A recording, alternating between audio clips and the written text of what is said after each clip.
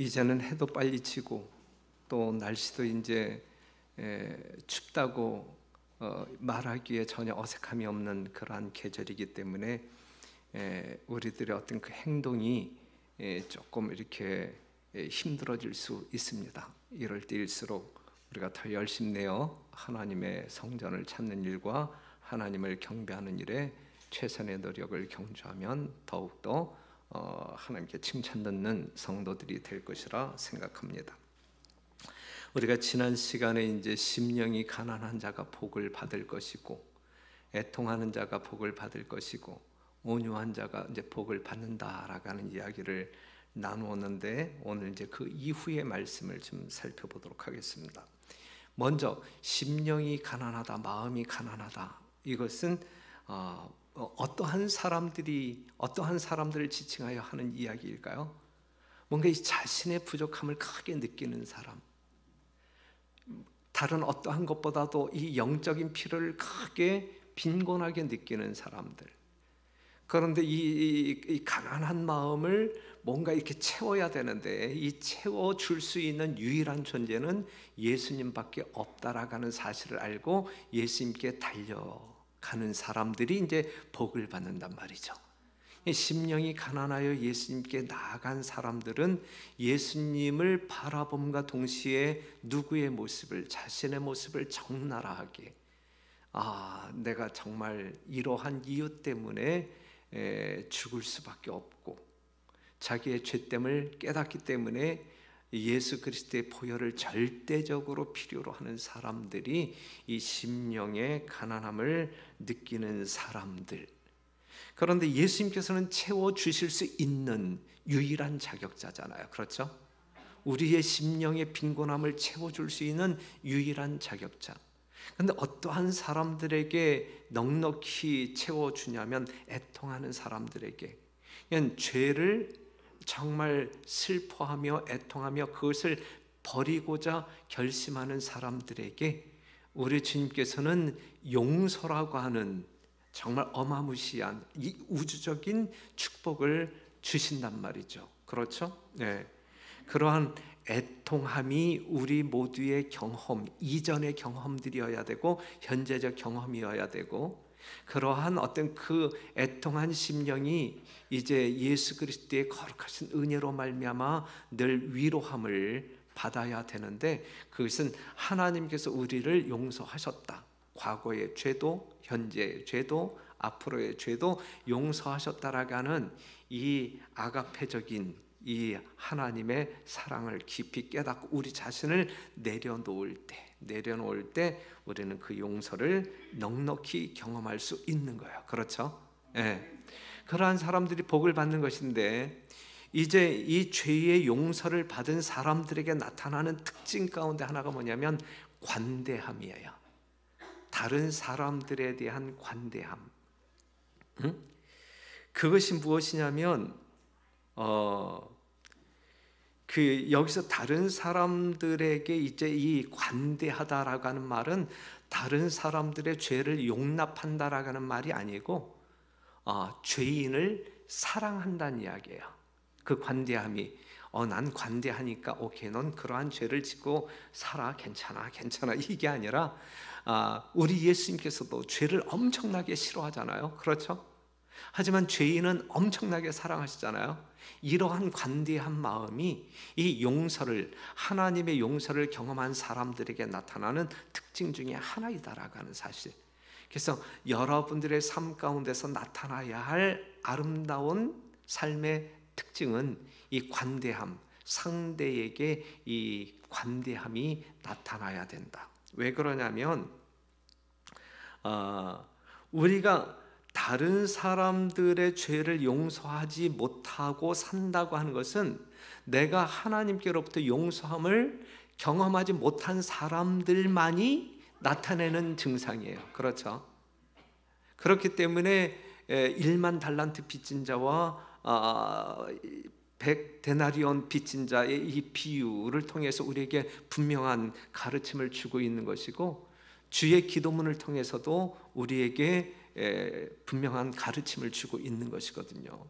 만에 하나 이 시간에도 누군가에 대하여 얻은 섭섭함을 내가 정말 마음 가운데 꽁한 마음을 가지고 뭔가 이 마음의 갈고리를 가지고 언제 한번 본때를 보여주어야지 이러한 마음을 가지고 있는 사람이 있다고 하게 되면 이 안식일의 주인이신 예수님의 용서를 체험하지 못한 사람이구나. 그러면서 다시 가슴을 치면서 애통하는 마음을 갖게 되시기를 바라고 하나님의 진정한 용서를 체험하게 되시기를 바라며 다른 사람들에게 관대함을 표현할 수 있는 여러분들이 되기를 간절히 바랍니다. 그것이 온유함이에요. 그것이 온유함. 그래서 우리가 이 구약 성경의 유명한 사람을 지칭한다고 하게 되면 모세가 그러한 온유함을 지녔던 사람이고, 돌에 맞아 죽는 스데반의 모습 속에서 이러한 온유함, 정말 나를 죽이는 저 사람들을 용서하소서, 이제 이렇게 말할 수 있는 그러한 자격자가 된단 말이죠. 이러한 단계에 오른 사람은 그 삶에 있어서 이제 관심사가 달라져요. 삶의 관심사가 달라집니다. 그것이 뭐냐면 이제는 이 세상적인 어떤 그 갈증이 아닌 이 영적인 갈증을 느끼면서 살게 돼요. 땅의 것을 구하는 것이 아닌 위의 것을 구하는 그것이 훨씬 더 좋다라고 하는 사실을, 그 가치를 분명히 깨달았기 때문에 이 땅에 있는 모든 것은 배설물로 여길 수밖에 없는 무가치함을 이제 알게 된 사람들이기 때문에 이 영적인 갈증, 그래서 이제 네 번째, 의에 줄이고 목마른 자가 복이 있다 그랬어요. 그렇죠? 마태복음 5장 6절, 의에 줄이고 목마른 자는 복이 있나니 저희가 배부를 것임이요 그랬거든요. 뭐에 대한 목마름이 있어요? 뭐에 대한 목마름이 있어요? 의에 대한, 의에 줄이고 목말라 하는 이러한 사람들이 이제 복이 있다 그랬는데, 이건 전적으로 영적인 것이잖아요. 하나님께 속한 것이잖아요. 그렇죠? 자, 우리가 이 땅에 살면서, 특별히 아주 이 복지가 잘 된 이 대한민국 땅에 살면서 말이죠, 의식주 다 해결되잖아요. 그렇죠? 의식주 해결되지, 자녀 교육 이 정도면 우리가 탄탄하게 시키고 있죠. 그 다음에 우리가 시간이 남으면 식구들 다 차에 태워가지고 바람 쐬러 한번 갔다 올 수 있죠. 이 정도 이제 여유롭게 살잖아요. 그렇죠? 여유롭게 살아가고 있는데, 그 이상의 의미를 이제 우리가 추구할 때 이게 이제 영적인 사람들이다라고 말할 수가 있어요. 우리의 원형은, 인간의 원형은 누구일까요? 인간의 원형은 누구예요? 하나님이시죠. 그렇죠? 왜냐하면 우리는 하나님의 형상과 모양대로 창조함을 받은 사람들이기 때문에. 그래서 인간의 원형이신 하나님의 형상을 찾고자 하는 욕망이 이제 우리에게 생긴단 말이죠. 하나님의 용서를, 하나님의 사랑을 경험한 사람들에게는 그러한 욕망이 생긴단 말이에요. 하나님의 형상, 내가 잃어버린 하나님의 형상을 찾고야 말겠다라고 하는 이 영적인 갈급함, 이게 이제 의에 줄이고 이제 목말라 하는 사람들의 이제 모습이거든요. 자, 우리들이 도달해야 할 표준은 그리스도의 의다라고 하는 사실, 그리스도의 아름다운 품성이 나의 삶 가운데서, 나의 모습 속에서 재현되어질 때까지 우리는 계속적으로 이 성장을 갈급해야 된다라고 하는 사실이죠. 그래서 시편 42편에 있는 말씀을 보게 되면 이제 사슴 이야기가 나오잖아요. 어떠한 사슴? 목말라 하는 사슴.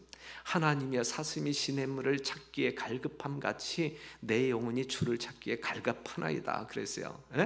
이 사슴이 생명수를 찾기 위하여 목숨을 던지듯이 말이죠, 목숨 걸고 생명수를 찾듯이 오늘날 우리가 의에 줄이고 목말라 하는 우리가 그 의를 찾기 위하여, 하나님의 사랑과 생명을 찾기 위하여 이 사슴과 같은 존재에 이어야 된다라고 하는 사실이죠. 시냇물을 찾기에 갈급함 같이 내 영혼이 주를 찾기에 갈급하나이다. 내 영혼이 하나님 곧 생존하시는 하나님을 갈망하나니 내가 어느 때에 나아가서 하나님 앞에 배울고, 이것이 정말 갈망, 아주 간절한 어떤 그 욕구, 욕구, 이 마음속에서 쫙 우러나오는 그러한 아주 그 마음으로 하나님을 찾으려고 할 때 우리는 그 하나님을 만나게 된단 말이죠. 이러한 열정적인 열망이 여러분들 심령 가운데 있는 것이죠. 그러한 어떤 그 열망을 채우기 위하여 이전에 나오신 것이죠. 그렇죠? 예. 그러한 여러분들 심령 가운데 뭔가 채워짐이 있게 되기를 바랍니다. 그래서 고린도전서 2장 2절 바울은 뭐라고 이야기하냐면 내가 너희 중에서 예수 그리스도와 그의 십자가에 못 박히신 것 외에는 아무것도 알지 아니하기로 작정하였습니다. 그랬어요. 예? 여러분들이 유튜브를 통하여 부동산 정보라든지 뭐 등등등 여러 가지 어떤 정보를 캐낼지 모르지만 여하튼 바울은 이랬어요. 바울은 여러분들도 바울을 닮았으면 좋겠어요. 바울은 뭐라고 이야기하냐면 정말 예수님 십자가 외에 난 다른 거 진짜 난 알 필요도 없고 알고 싶은 마음도 없다. 난 오직 예수만 알고 싶다. 이러한 어떤 그 열망을 가지고 그의 전생애를 하나님께 헌신했거든요. 이것이 의에 줄이고 목말라 하는 사람들의 모습이란 말이에요. 그래서 한술 더 떠서 바울이 이렇게 이야기하잖아요. 그러나 무엇이든지 내가 유익하던 것을 내가 그리스도를 위하여 다 해로 여길 뿐더러 나에게 뭐 그렇게 큰 도움이 안 돼. 정말 이 세상에서 얻은 옛날의 것들이 하늘을 기업으로 얻는데 그렇게 별 도움이 안 되게 다 또한 모든 것을 해로 여김은 내 주 그리스도 예수를 아는 지식이 가장 고상함을 인함이라.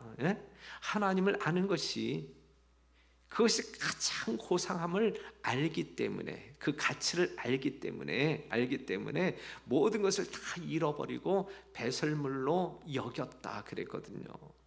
이 정도 순수한 열정이 우리 공릉동교회 성도들의 심령 가운데 있다고 하게 되면 이 세상 누구보다도 복받은 사람들이죠. 그래요, 안 그래요? 분명히 그렇죠. 여러분들보다 더 많은 복을 누리고 사는 사람들 어디에 있겠어요? 이러한 심령을 가진 사람들. 그래서 정말 매번 교회 올 때마다 하나님을 만날 때마다 여러분들의 갈증이 풀어진다고 하면 얼마나 복된 사람이고 가치 있는 사람이고 하나님을 기쁘게 하는 소중한 사람들이겠습니까? 우리는 그러한 성도들이 되어야 할 것입니다. 마음에 예수께서 거하실 여지를 만드는 자들은 그의 사랑을 깨달을 것이다 그랬어요. 십자가를 통하여 나오는 한 줄기의 빛이라 할지라도 그 빛이 스며들 수 있는 마음의 여백이 있다고 하게 되면 분명히 우리 주님께서 그 마음 가운데 좌정하시겠다는 이야기가 놀라운 축복이잖아요. 그렇죠? 그런데 우리의 마음 가운데 그 빈틈이 없기 때문에 예수님이 비집고 들어올 수 있는 어떤 그 여지가 없기 때문에 주님 없이 삭막하게 살아가는 경우들이 있거든요. 이건 정말 아주 불행한 사람들 중에 하나겠죠. 하나님의 품성을 담기를 원하는 자들은 만족함을 얻을 것이다. 성령께서는 결코 예수를 바라보는 자를 돕지 아니하신 채 버려두지 아니하신다. 그래요. 얼마나 멋있는 말이에요. 그렇죠? 성령께서는 결코 예수를 바라보는 자를 돕지 아니하신 채 버려두지 않으신다. 만일 그리스도께 눈을 고정시킨다면 성령의 역사는 그 영혼이 그리스도의 형상과 같아질 때까지 쉬지 않는다. 말할 수 없는 탄식으로 여러분들을 위하여 기도하실 때에 여러분들의 모습 속에서 심령 속에서 잃어버린 하나님의 형상이 재현되어질 것이다. 성령 하나님은 여러분들을 향하여 일하시는 우리 하나님은 결코 쉬지 아니하신다라고 하는 사실을 분명한 진리로 믿으시길 바랍니다. 정말 믿으려고 노력 좀 해봐요. 분명한 사실이에요. 분명한 사실이에요. 순결한 사랑의 요소가 심령을 자라게 하여 더욱 고상한 표준과 신령한 사물에 대한 증가된 지식을 얻을 능력을 주어서 충만함에 부족함이 없게 할 것이다. 우리 모두가 이러한 경험이 있으므로 하나님과 살아있는 관계 속에서 복된 삶을 누리게 되기를 간절히 바랍니다. 그 다음에 어떠한 사람들이 복이 있어요? 긍휼히 여기는 자가 복이 있다 그랬어요. 긍휼히 여기는 자는 복이 있나니 저희가 긍휼히 여김을 받을 것이며 그랬어요. 우리도 긍휼히 여김을 받고, 긍휼히 여김을 받는 사람들은 늘 다른 사람들을 긍휼히 여긴단 말이에요. 하나님께 용서를 체험한 사람들은 다른 사람들에게 관대한 마음으로 용서의 마음을 갖게 되고, 긍휼히 여김을 받는 사람, 우리는 다른 사람에게 긍휼을 베풀 수 있다 그랬는데, 그런데 우선순위가 뭐가 먼저예요? 긍휼히 여기는 자가 하나님의 긍휼을 경험하게 될 것이다. 용서하는 자가 하나님의 용서를 경험하게 될 것이다. 요품성은 다른 사람과의 관계에서 나타나는 거예요. 관계에서, 우리 사이에서, 이 사이에서 일어납니다. 예수님께서 사람을 대하실 때에 가졌던 기본적인 태도는 다른 사람들을 불쌍히 여기는 마음이에요. 죄 지은 여러분들을 불쌍히 여기는, 긍휼히 여기는 마음이 있으셨기 때문에 하나님의 보좌를 그냥 걷어차고 이 땅으로 내려오신 거예요. 그렇죠? 하나님의 신성을 정말 하나님의 보좌를 버리고 인간의 모습으로 이 땅에 오신 거예요. 그렇죠? 하나님께서 여러분들을 정말 긍휼히 여기시기 때문에 그러한 행동을 하신 것입니다. 긍휼히 여긴다는 것은 다른 사람을 동정하고 이해함으로 말미암아 그 상대방의 입장에 서는 것을 이야기해요. 다른 사람들을 긍휼히 여길 수 있는 사람은 그 다른 사람의 입장에 놓여보지 아니하고는 그 긍휼을 베풀 수가 없어요. 그렇죠? 없어요.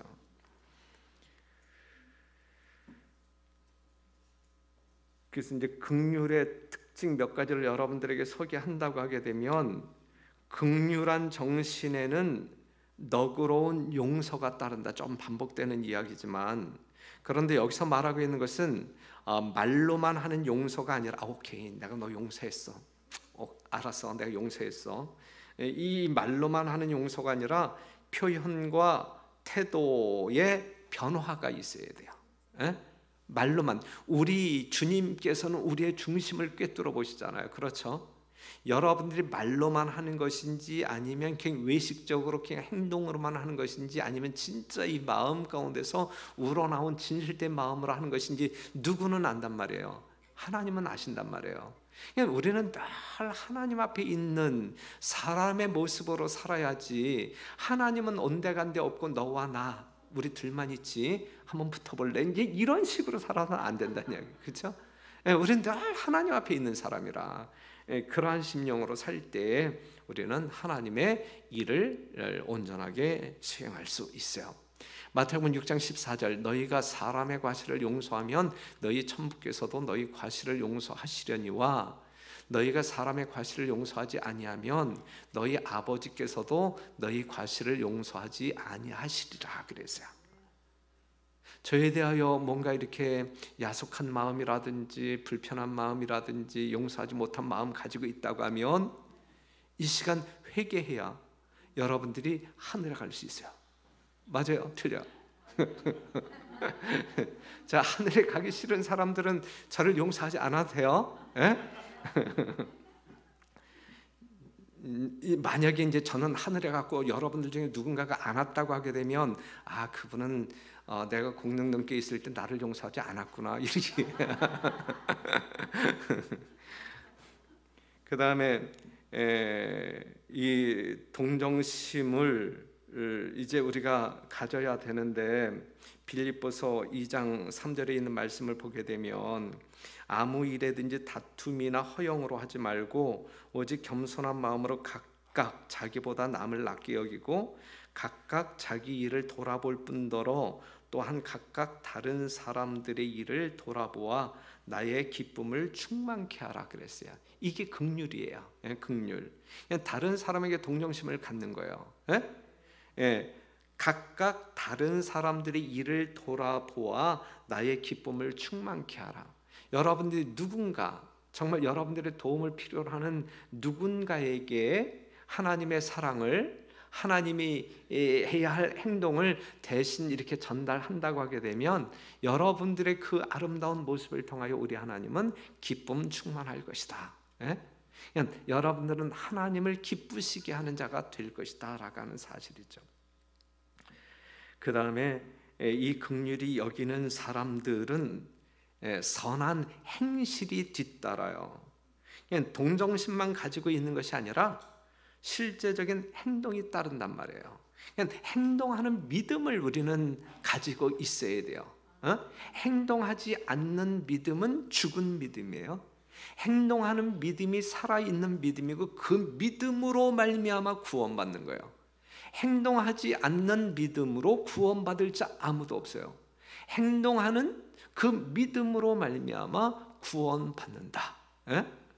그러니까 우리가 이제 선한 사마리아인의 어떤 그 비유를 본다고 하게 되면 그 제사장이 먼저 보았잖아요.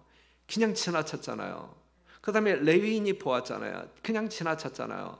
그들 마음 가운데 일말에 긍휼히 여기는 마음이 없었을까요? 그 영혼을 불쌍히 여기는 마음이 없었을까요? 아마 있었을 거예요. 분명히 있었을 거예요. 그래서 조금 이렇게 갈등하다가 그냥 에이 가야지 그리고 갔을 거란 말이에요. 그러니까는 그들이 책망받는 것은 뭐냐면 불쌍히 여기는 마음이 없기 때문이 아니라 그 불쌍히 여기는 마음이 뭘로 옮겨지지 않았어요? 행동으로 옮겨지지 않았단 말이에요. 이것이 긍휼히 여기는 자는 복이 있나니 이 말 가운데 비포함되는 거예요. 그러니까 긍휼히 여기는 자는 긍휼히 여김을 받을 것이다. 이 긍휼히 여기는 것, 다른 사람을 동정하고 불쌍히 여기는 이것이 행동화될 때 이것이 이제 이 복의 말씀에 적용이 된단 말씀이죠. 우리 공릉동 교회는 그냥 입으로만 하는 신앙이 아니고 머리로만 하는 신앙이 아니고 행동으로 믿음을 표현하는 우리 모든 살아있는 성도들이어야 합니다. 어린아이들도 마찬가지고 학생들도 마찬가지고 행동하는 믿음을 통하여 하나님의 영광을 드러내는 여러분과 제가 되기를 간절히 바랍니다. 그래서요, 참된 품성은 우리가 추구하는 참된 품성은 밖에서 형성되어 장식되는 것이 아니라 속에서 밖으로 발산되는 것이다 그랬어요. 안에서 밖으로 발산되는 것이 진짜 품성이지, 거짓 품성은 밖에서 그냥, 속은 그냥 진짜 뭐 이렇게 이 무덤가 같은데 말이죠. 무덤가 같은데 이 겉모양만 회칠한 무덤처럼 뭐 아름답게 보이는 것은 그건 아주 의미 없는 거짓된 품성이란 말이죠. 하지만 참된 품성은 안에서 밖으로 발산되는 것이다 라고 하는 사실이란 말이죠. 우리는 속사람이 건강해야 되고 건전해야 되고 아름다워야 되고, 그냥 여러분들이 어떤 그 외형을 가꾸기 위하여 애쓰지 마세요. 내면을 변화시키기 위하여. 그 다음에 있는 말씀을 보면 우리가 만일 다른 사람을 의의 길로 인도하기를 원한다면 의의 원칙이 우리 마음에 먼저 거하지 않으면 안 된다. 여러분들이 없는 것을 다른 사람들에게 나누어지는 신용을 하지 말란 말이에요. 우리들이 가지고 있는, 그래서 뭔가 이렇게 샘이 넘쳐 흐르는 그것을 그냥 이렇게 퍼부어주는 그러한 성도들이 되어야 할 것이다 라고 하는 말이고, 우리는 신앙을 공언함으로 신앙의 이론을 선전할 수 있을지는 모르지만 여러분들이 안식일에 대하여 뭐 그럴싸하게 그냥 아주 완벽하게 설명할 수 있을지 모르지만 진리의 말씀을 확신시키는 것은 실제적인 경건이다. 언행이 일치하는 생애, 거룩한 담화, 요동하지 아니하는 성실성, 능동적이고 동정이 많은 정신, 경건한 모범, 이것들은 빛을 세상에 전달하는 매개물이다 그랬어요. 그러니까 이 교회에서 우선적으로 이루어져야 할 것은 영적인 혁신이라고요. 영성훈련 다음에 선교훈련. 아무리 선교 프로젝트가 기가 막히고 이 지역사회에 아주 맞아떨어지는 그러한 프로젝트일지라도, 그러한 선교 전략을 우리 교회가 가지고 있다 할지라도 영적인 혁신이 없는 그러한 교회라고 하게 되면 아무 소용없다는 이야기예요. 그렇죠? 우리가 영성으로 살아있는 성도들이 선교적인 전략을 가지고 나아갈 때, 사람들을 접촉할 때 그 영혼들을 뭐 할 수 있어요? 우리를 통한 성령께서 그들의 심령을 개심시킬 수 있다, 주님께로 돌아오게 할 수 있다라고 하는 사실이죠. 이것이 성경적인 원칙이에요. 이건 원칙의 원칙. 이 원칙을 따르지 아니할 때는 아무것도 안 된다는 이야기예요. 원칙을 따를 때, 원칙을 따르게 될 때 거기에 대한 결과를 우리가 경험할 수 있다, 이것입니다. 그 다음에 어떠한 사람들이 복을 받아요? 마음이 청결한 자. 마태복음 5장 8절, 마음이 청결한 자는 복이 있나니 저희가 하나님을 기쁘게 볼 것이요, 그랬어요. 마음이 깨끗해야 된단 말이죠. 마음이 깨끗해야 돼. 그런데 우리의 마음이 더러워지는, 불결해지는 요인이 있다고 하면 뭘까요? 뭐라고 생각하세요, 여러분들은? 탐심. 모든 불결한 생각은 심령을 더럽히며 도덕심을 해치고 성령의 가마를 소멸시키는 경향이 있다. 이 생각은 영적 통찰력을 어둡게 하여 사람으로 하나님을 바라볼 수 없게 만든다, 그랬어요. 불결한 생각. 그 불결한 생각 중에 이 성경이 이제 주목하여 여러분들에게 제시하고 있는 그 두 가지가 있다고 하게 되면 그것은 이기심과 교만심이에요. 이기심과 교만심. 이것이 우리의 심령 가운데 잔존할 때 우리는 더러운 마음을 소유하게 된단 말이죠. 우리 하나님께서는 이 경건의 훈련 연습하라 그랬잖아요. 이 경건을, 이 거룩을 연습하라 그랬잖아요. 이 연습의 주된 내용이 무엇이냐면 우리의 심령을 꽉 잡고 있는 이기심을 그냥 끊어버리기 위하여, 이 교만한 마음을 정말 낮추기 위하여 우리 하나님께서는 아주 하실 일을 다 하신단 말이죠.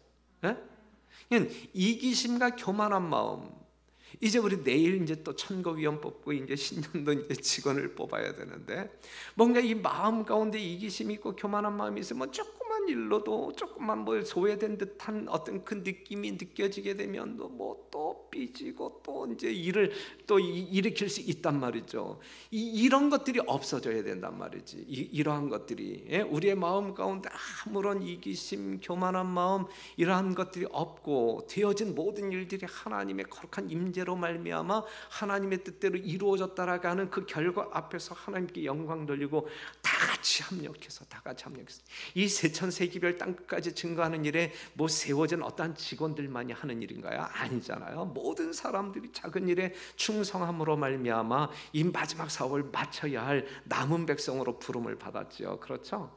잠깐 그 역할 다른 사람보다 조금 더 열심히 해봐, 이러한 차원에서 어떤 그 직원들을 선정하게 될 때, 여하튼 우리의 심령 가운데 있는 이기심과 교만한 마음은 우리의 마음을 어둡게 할 뿐만 아니라 아주 더럽게 만든다. 더럽게. 그러니까 이러한 마음들을 제거해야 된단 말이죠. 이기심은 우리로 하나님을 보지 못하게 만든다. 이기주의적 정신은 하나님도 자신과 마찬가지로 이기적인 마음을 가지신 분으로 판단한다. 우리가 생긴 대로 다른 사람을 봐요. 심지어는 내가 생긴 모습 그대로 하나님을 보려고 이해하는 경우들이 있어요. 그래서 우상들이 만들어지고 그러는 것이거든요. 이기심으로 가득 찬 사람은 하나님도 이기적인 것 같아. 내가 교만하면 하나님도 교만한 것 같고. 그렇기 때문에 뭔가 내가 지극히 인간적인 것 같으면 우리 하나님께서 뭔가 이 분냄을 달래기 위하여 내가 뭐 이렇게 물건도 갖다 바치고, 그것이 이제 이방 종교 속에 나타나고 있는 현상들이잖아요. 그렇죠? 이 생각을 버리기 전에는 우리는 사랑이신 하나님을 이해할 수 없다. 이기심 없는 마음, 겸비하고 신뢰할 수 있는 심령만이 자비롭고 은혜롭고 노하기를 더디하고 인자와 진실이 많은 하나님을 볼 것이다 그랬어요. 볼 것이다.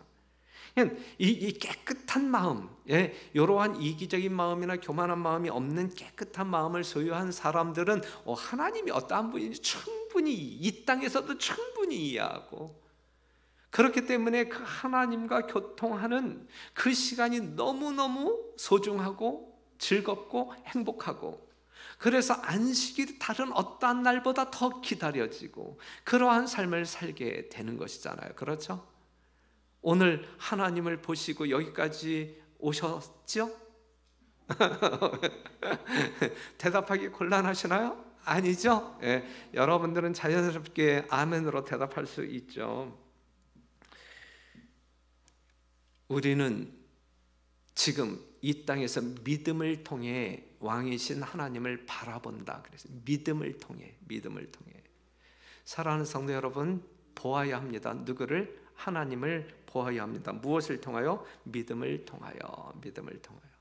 우리의 심령 가운데 있는 악은 모양이라도 다 버리라 그랬어요.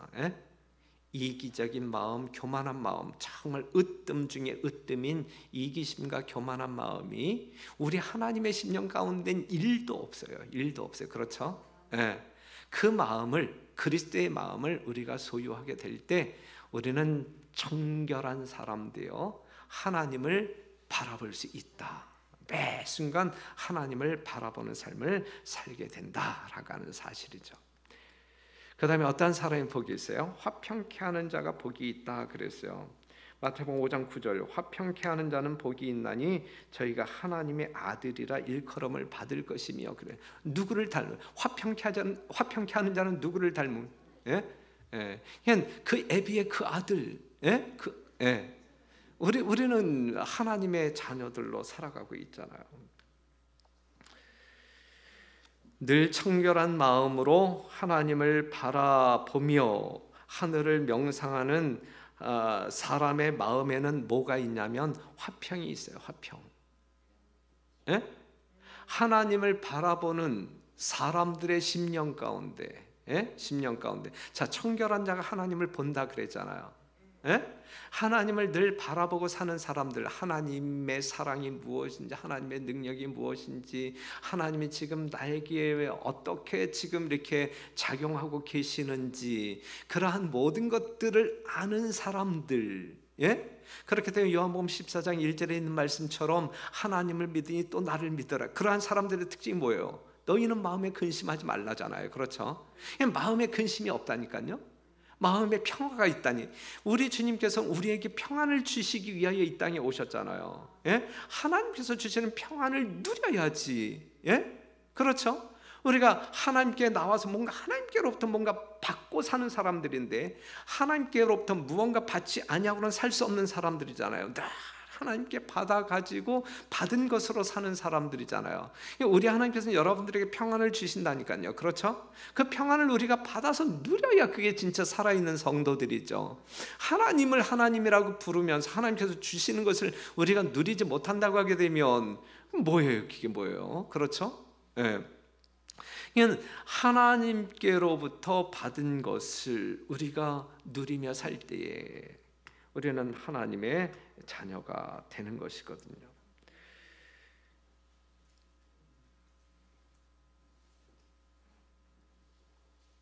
그래서 여러분들을 하나님께서는 화평케 하는 자, 하나님께서 평안을 주셨을 때 그것을 경험하는 사람들은 다른 사람들을 뭐 하게 해요? 화평케 한단 말이에요.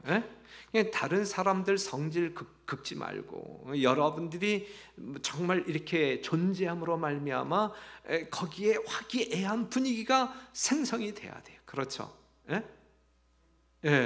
뭔가 우울한 분위기 가운데 있다 할지라도 여러분이 딱 그 자리에 그 현장에 떴을 때에는 그 분위기가 싹 달라져야 이게 화평케 하는 자들의 본 모습이 아니겠어요? 여러분들이 있음으로 말미암아 우리 공동동교회는 어떠한 교회? 평안이 가득한 화평한 교회. 왜냐하면 여러분 모두가 뭐 하는 자들이기 때문에, 화평케 하는 자들이기 때문에. 그래서 야고보서 3장 17절, 오직 위로부터 난 지혜는 첫째 성결하고 다음에 뭐하고? 화평하고. 이게서 위에서부터 위로부터 난 지혜라. 이게 지혜는 첫째 성결하고 그 다음에 화평하고 관용하고 양순하며 긍휼과 선한 열매가 가득하고 편벽과 거짓이 없나니 그랬어요. 그러면서 이제 시대의 소망에는 그리스도의 화평은 진리에서 나온 것이다. 진리를 떠난 화평은 존재하지 않아요. 우리가 그리워할 필요도 없어요. 갈망할 필요도 없어요. 오직 진리 안에서 자유를 만끽해야 돼요. 오직 진리가 너희를 자유케 한다 그랬어요. 예? 진리가 아닌 그러한 어떤 그 내 이기심이 쫓아가는 그곳에서 만약에 쾌락을 누린다거나 뭐 어떤 그 평안을 경험한다고 하게 되면 그건 지극히 세속적인 것이고 일시적인 것이고 없어질 것이고, 하지만 하나님의 거룩한 진리로 말미암아 비롯된 그것이라고 하면, 화평이라고 한다고 하면 이건 영원한 것이고 변하지 아니할 것이고, 그렇죠? 그 다음에 다른 사람들에게 분명한 영향력을 끼칠 것이고, 진리는 하나님과 일치한다 그랬어요. 사람은 화평을 만들어낼 수 없다. 여러분들은 화평을 만들어낼 수 없어요. 그렇죠? 참된 화평을 창조하시고 영속시킬 수 있는 유일한 능력은 그리스도의 은혜이다. 하나님의 은혜를 체험한 사람들만이 솟아나는 화평, 그 화평으로 말미암아 다른 사람들을 행복하게 만들 수 있단 말이죠.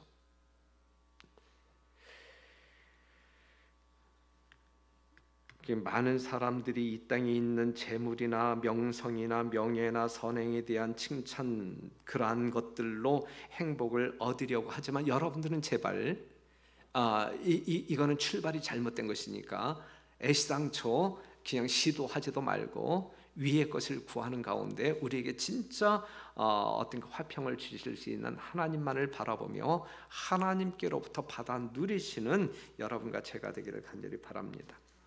그 다음에 어떠한 사람이 복이 있어요. 이제 8번째, 팔복 중에 8번째, 의를 위하여 핍박을 받는 자.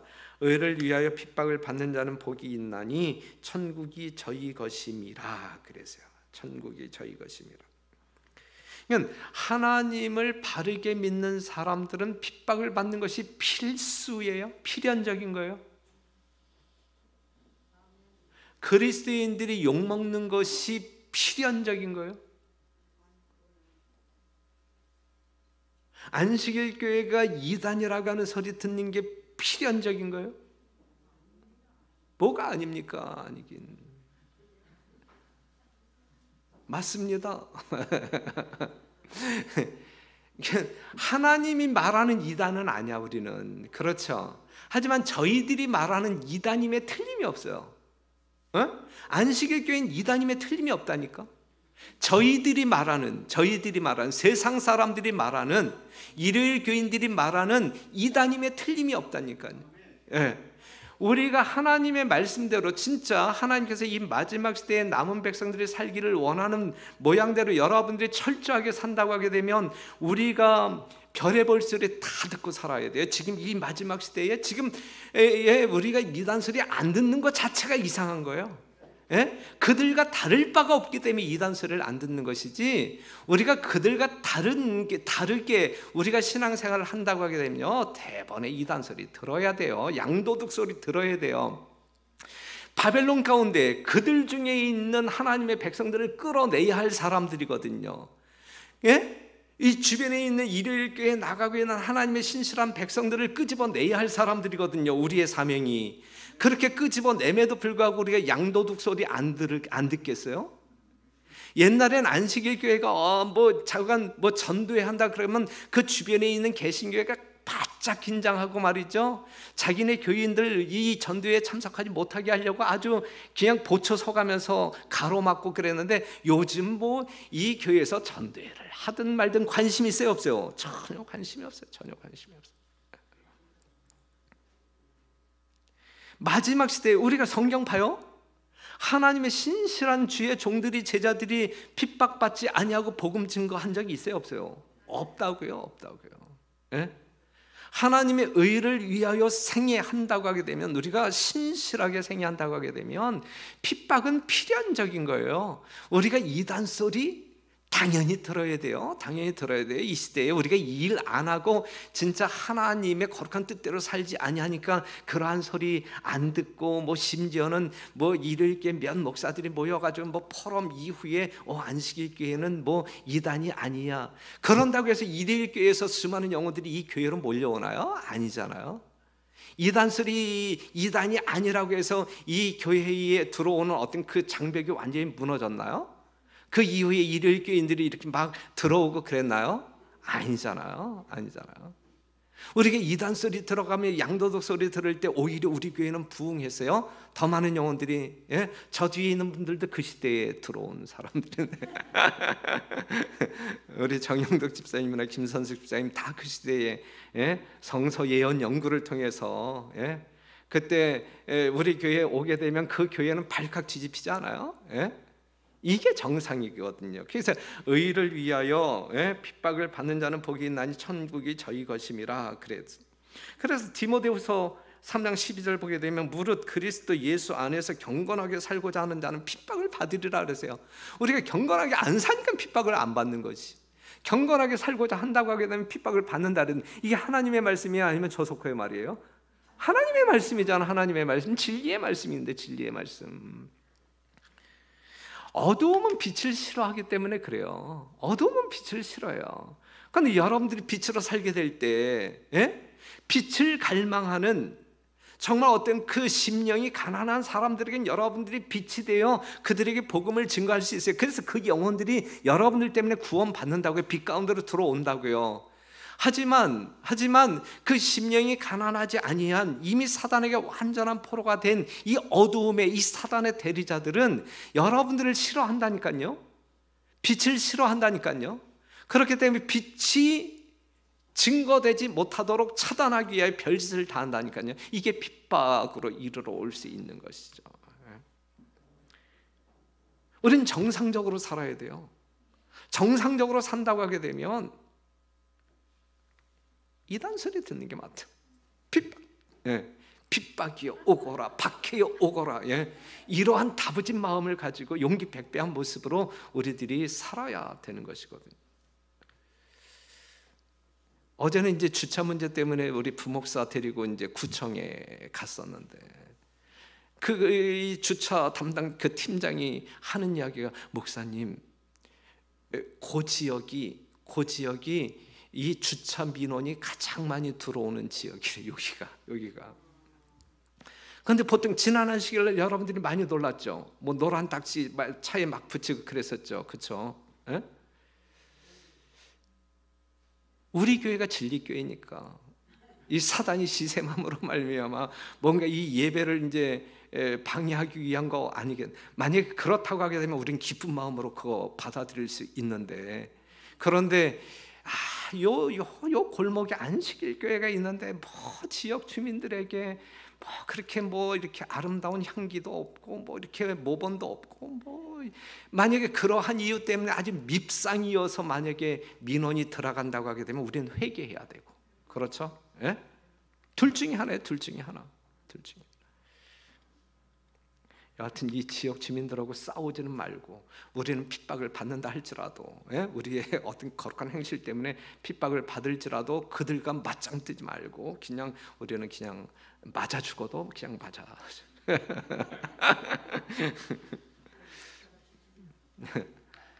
극렬한 시험 하나하나는 그들을 연단시키는 하나님의 대리자이다. 그 시련 하나하나는 그들을 그리스도의 동역자로서 그들의 사업을 행하기에 적합한 사람으로 만들어준다 그랬어요. 그러니까 우리는 핍박을 받음으로 말미암아 더 연단되어진, 그러한 어떤 그 정련되어진 그러한 하나님의 아름다운 품성으로 존재해야 된다. 그래서 선지자와 왕에 있는 말씀을 보게 되면 여러분들 앞에 놓이는 모든 장애물은 믿음의 시금석이다 그랬어요. 그러한 일들을 경험하게 될 때 우리 하나님께서는 우리를 믿음으로 시험하신다. 거기서 우리가 견뎌낼 때 우리는 하나님의 온전한 품성이 형성되어지고 하나님께 영광을 돌리는 삶이 될 것입니다. 여하튼 제7일 안식일 예수 재림교회가 이 시대의 마지막 진리교회가 정상적인 정말 이 경건한 모습으로 하나님의 영광을 위하여 정말 충성된 모습으로 산다고 하면 필연적으로 반대는 일어난다. 반대. 이게 정상적인 재림교회의 모습이다. 결코 역설이 아니에요. 역설이 아니고 그냥 강조하는 말씀입니다. 여하튼 성경에 나와 있는 이 8개의 복을 우리 공동육교회 모든 성도들이 다 경험하게 되시기를 바라요. 이것은 하늘에서 살기에 아주 합당한 그러한 어떤 그 자격을 말해주고 있는 것인데, 그러한 자격을 소유한 사람들로 하늘에서 우리가 또 영원한